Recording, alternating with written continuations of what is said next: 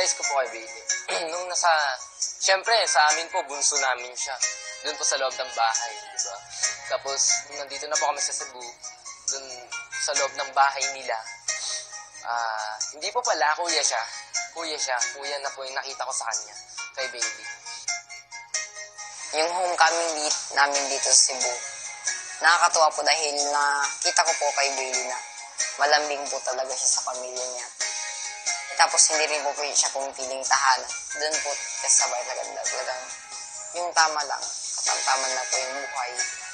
He's a really nice hood actually. And also that, you know, can I just say, I'd have to say this is really true. He'd be a great dad.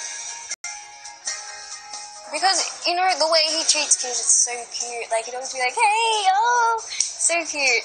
It's so nice to see him that way. I love that side of Bailey. I think that's one of my favorite sides of Bailey. I love Bailey when he's like that. I'm really happy that we came to Cebu. Yeah, this is the place where I grew up. This is the place where I stay, basically, when I come on holidays, and this is the place where I want to live for the rest of my life.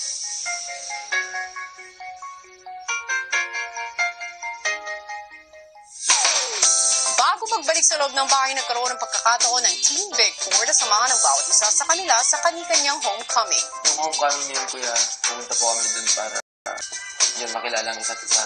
Go to each other's home, just get to them more and also where they live. At kasama ng karanasang ito ay isang task mula kay Kuya.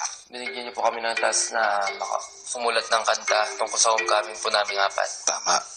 Soon, your recording will be starting.